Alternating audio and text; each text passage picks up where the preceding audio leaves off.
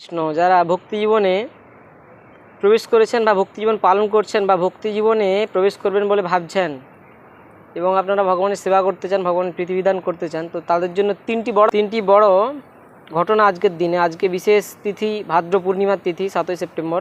তো এই দিনে শ্রীমদ্ ভাগবত পুরাণ কিন্তু প্রকাশিত হয়েছিল। তো এই দিন আপনারা কি করতে পারেন? শ্রীমদ্ ভাগবত পুরাণ পাঠ করতে পারেন বা শ্রবণ করতে পারেন। এবং এই দিনে সুখদেব গোস্বামীর দ্বারা পৃথিবীর সম্রাট, মহান সম্রাট পরীক্ষিত মহারাজের কাছে কিন্তু শ্রীমদ্ ভাগবত প্রকাশিত হয়েছিল। অর্থাৎ তাকে সুখদেব গোস্বামী পরীক্ষিত মহারাজকে কিন্তু ভাগবতম পুরো শ্রবণ করিয়েছিলেন এই দিনেই। তো এই দিন একটি বিশেষ গুরুত্বপূর্ণ প্রতিটি সনাতনী হিন্দুর কাছে। এবং এই দিনেই যেহেতু আজকে 7ই সেপ্টেম্বর, আগে কিন্তু পূর্ণগ্রাস চন্দ্রগ্রহণ শুরু হবে এবং এটি বাংলাদেশ এবং ভারতবর্ষের ক্ষেত্রে কিন্তু এবং পশ্চিমবঙ্গের ক্ষেত্রেও স্পষ্টভাবে দৃশ্যমান হবে।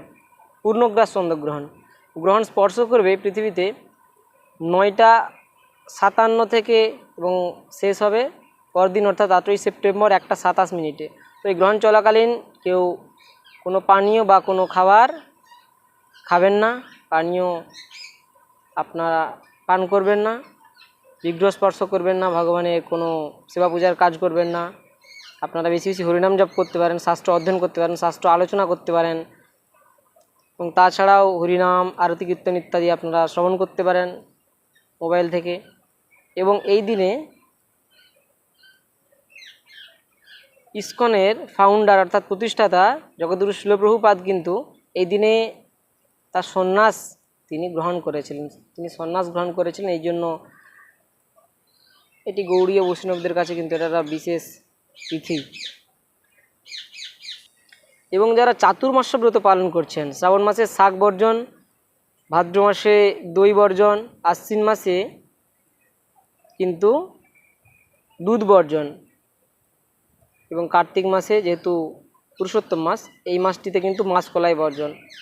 তো যেহেতু এটা 3য় নম্বর মাস, তো মাসের এটা পালন হবে, তো সেহেতু 7ই সেপ্টেম্বর থেকে 6ই অক্টোবর পর্যন্ত আমাদের যারা চাতুর্মাস্য ব্রত পালন করছেন তাদের ক্ষেত্রে দই বর্জন, আগের মাসে যেমন দই বর্জন হয়েছে সেরকম এই মাসে কিন্তু দুধ বর্জন করতে হবে। তো দুধ এবং দুধের দ্বারা তৈরি সরাসরি যে কোনো জিনিস, যেমন মাখন,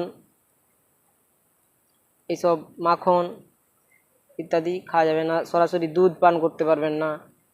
আপনারা পনির চিজ খেতে পারেন, এগুলি আপনারা খেতে পারবেন। তো এই ছিল সূচনা। হরি কৃষ্ণ, হরি বল।